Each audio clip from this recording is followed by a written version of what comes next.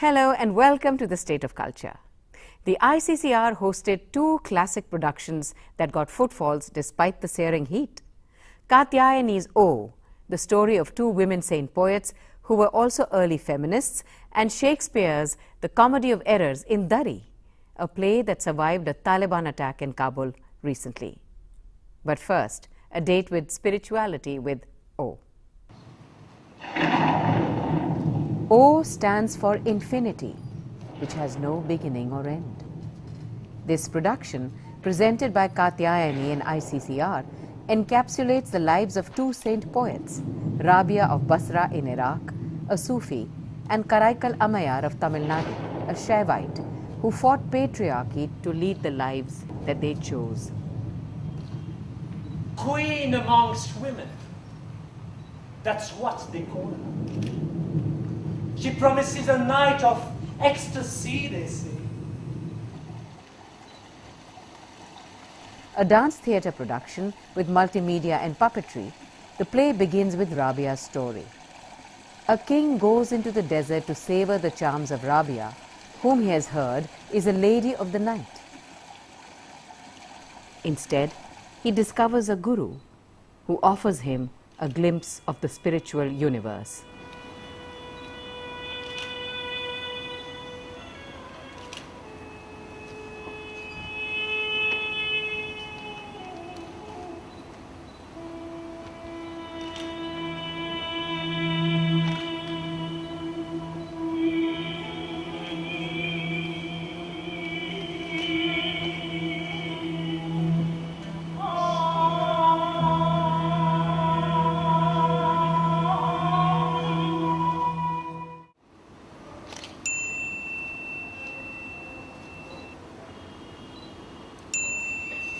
Rabia is spiritually inclined from childhood.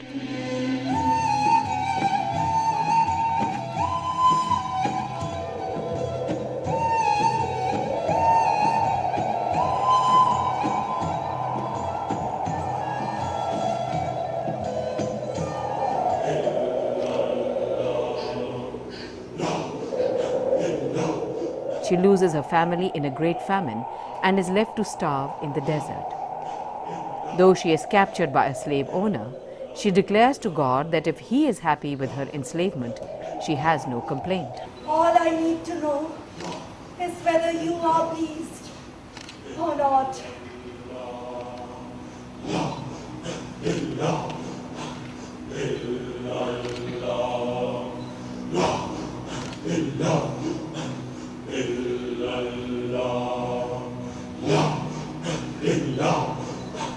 And God answers. Do not grieve. Tomorrow a station shall be yours, that even the angels in heaven will envy you. She goes willingly into captivity but continues her worship of him each night, evoking miracles in response.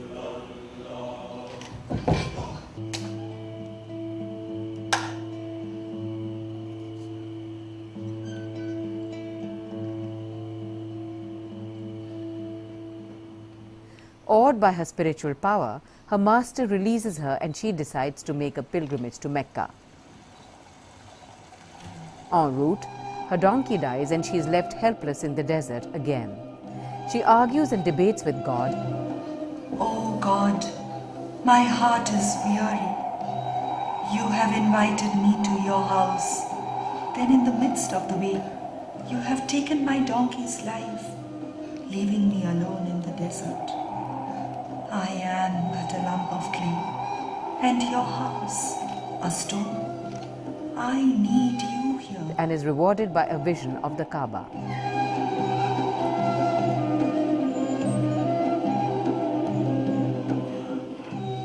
Rabia, have you not seen how Moses prayed for the vision of me?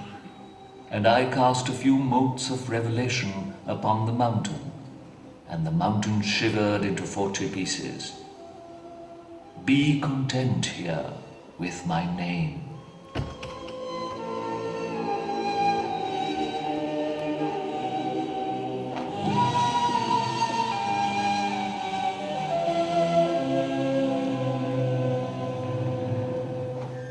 This annoys a pilgrim who has traveled 14 years for a glimpse of the Kaaba and finds that it has gone to meet her. She debates with the annoyed scholar, castigating him for his ego, and finally subjugates him with the power of her wisdom and philosophy. Egoism and self-worship, and I'm your Lord, the Most High. Egoism and self-worship, and I'm your Lord, the Most High. Egoism and self-worship, because I'm a man.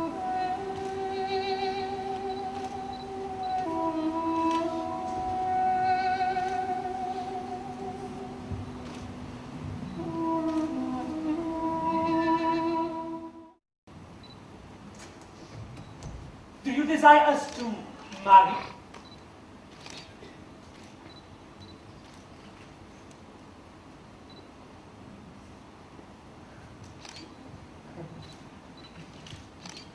I live in the shadow of his control. You must ask my hand of him, not of me. Stop. We guard the gates to heaven. How can a mere woman presume to pass through them? She even argues with the doorkeepers of heaven after her death, who try and stop her because she was a woman and therefore not entitled to enter those gates. Wherever Sufis are, they have no separate existence in the unity of God. When nothing remains of the I and you, how can man or woman continue to be? Do you not fear the wrath of God for speaking like that? What does fear have to do with God? It's only love that wins him. Only the fear of hell keeps a person in line with his will. You are a lover of tradition. That is why you still guard, but cannot enter his kingdom.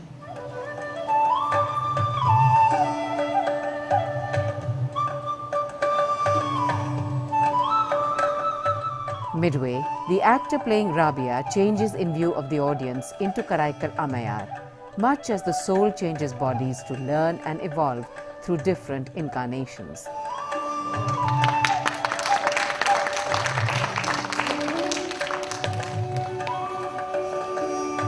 Ammayar, born as Punitavati, is the opposite of Rabia.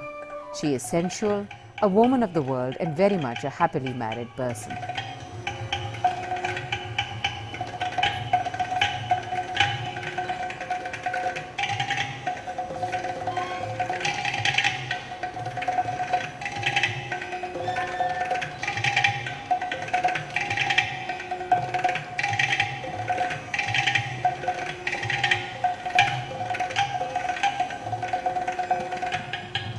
Legend has it that Shiva, whom she worshipped daily, decides to test her faith by giving a heavenly mango to her husband.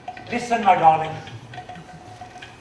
Today a diamond merchant came to sell me some stones and slipped into my hands 2 mangoes. One for you and one for me. The fruit becomes a bone of contention between the husband and the wife when she willingly gives it away to a mendicant said to be Shiva in disguise, who arrives on her doorstep. The husband accuses her of giving it to a lover and demands it back as a sign of her chastity. Punitavati undergoes intense worship to coax Shiva to return the mango.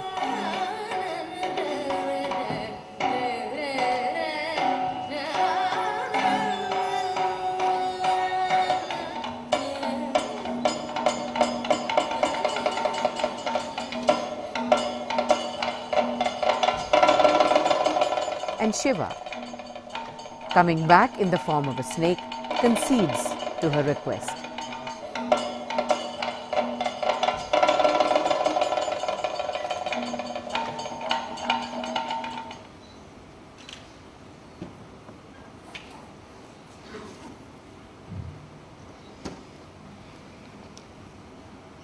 Oh, my Lord of boundless mercy, how can I ever thank you? Look, my dear husband, the grace of the Supreme Lord has given proof of my chastity. Eat it and satisfy your desire. How could this happen? It looks exactly like the mango I wanted. Let me taste it and see if it tastes the same.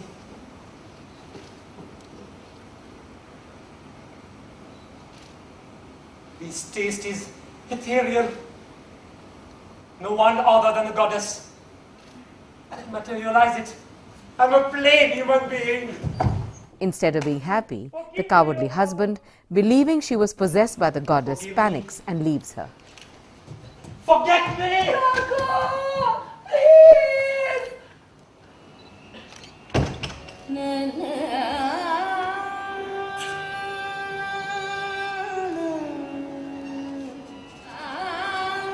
Punitavati waits for him to return, and he does.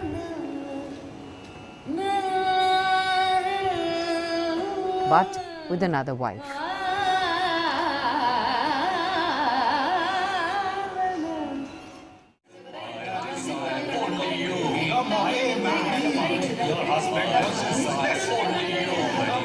Considered an abandoned woman, Punitavati is now the target of lascivious men. I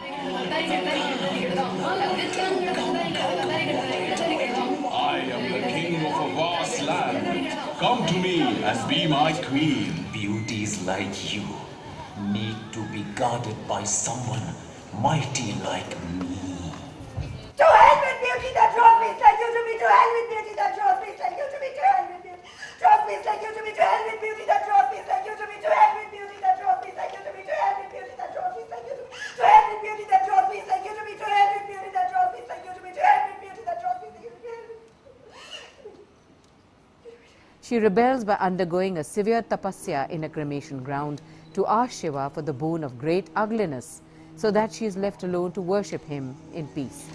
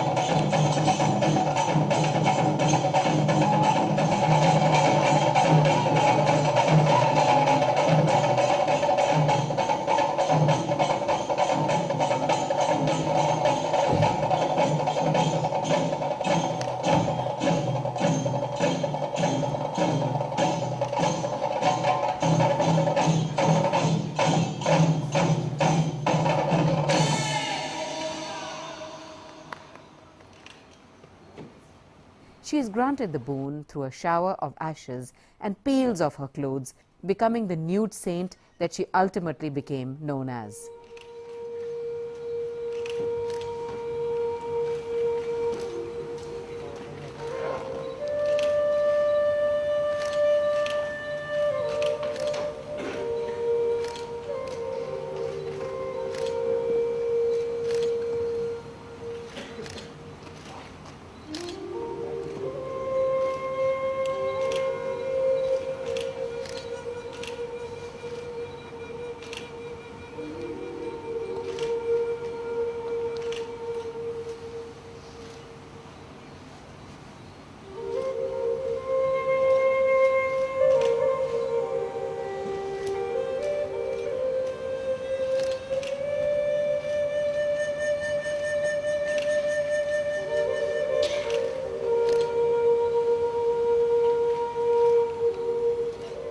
Shiva appears and tells her that Kailash, or the heavenly abode that she is craving is on earth itself and is one's own creation.